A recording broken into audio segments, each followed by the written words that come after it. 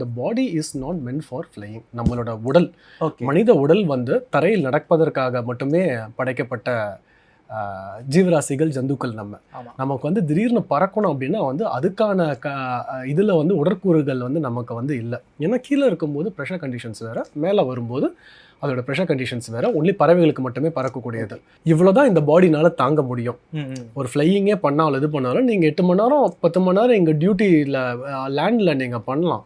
But நீங்கள் மேலே வந்து அதே அளவுக்கான எஃபர்ட் போட முடியுமான்னு கேட்டால் போட முடியாது, பண்ண முடியாது. ஏன்னா இல்லை, இங்கே இருக்க கண்டிஷன்ஸ் வேறு, வேற லைக் ஏரில் இருக்க கண்டிஷன்ஸ் வேறு. இல்லை நம்ம ஃப்ளைட்டை விட்டு நம்ம வெளியே வந்தாலே நம்ம காதெல்லாம் ஒரு காது மாதிரியா அடைச்சிக்கும், இது பண்ணிக்கும். அப்போ காதெல்லாம் அடைக்கும் போது இது பண்ணும்போது உங்களுக்கு மேலே ஓட்டிகிட்டு இருக்கும்போது நீங்கள் இந்த கொடைக்கானல், ஊட்டி இதில் எல்லாம் போகும்போது நிறைய பேர்த்துக்கு ஏறும்போதே வாந்தி, இறங்கும் போதே வாந்தி எல்லாமே இருந்துட்டு இருக்கும், இது பண்ணிட்டு இருக்கோம் இல்லையா சாதாரண இந்த இதுல. அது வந்து உங்களுக்கு ஒரு 1000 அடி ஏறும்போது இறங்கும் போது இவ்வளவு பிரச்சனை இருக்கு. அங்க 30,000 அடி, நீங்க 20,000 அடி 30,000 அடி மேல ஃப்ளை பண்ண போகிறோம்.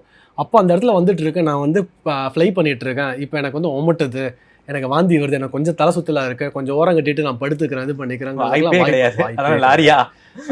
அதேதான். அப்போ இது வந்து முதல்ல வந்து எல்லாரும் ஆர்வப்பட்டு ஆசைப்பட்டு வந்தாலும் உடல் ஒத்துழைக்காததால இந்த இதுக்கு வந்து உடலும் ஒத்துழைக்கணும், மனமும் ஒத்துழைக்கணும். ஏன்னா இந்த இதுல நம்ம டெசிஷன் மேக்கிங்ஸ் எல்லாம் நம்ம வந்து தரையில இருந்து எடுக்கிறதுக்காக பழக்கப்பட்ட உடம்பு இது.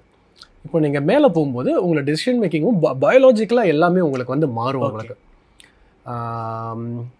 ஆழ்கடலில் உங்களுக்கு முத்து எடுக்க குளிக்கிறதுக்கு உள்ளே போவாங்க இல்லையா, அவங்கெல்லாம் பார்த்தீங்கன்னா உள்ளே போயிட்டு டபால்னு மேலே வந்துட மாட்டாங்க. மேலே வந்து என்ன பண்ணும், லங்ஸ் ப்ரெஷர் டிஃப்ரென்ஸில் வெடிச்சிடும், இது பண்ணிடும்.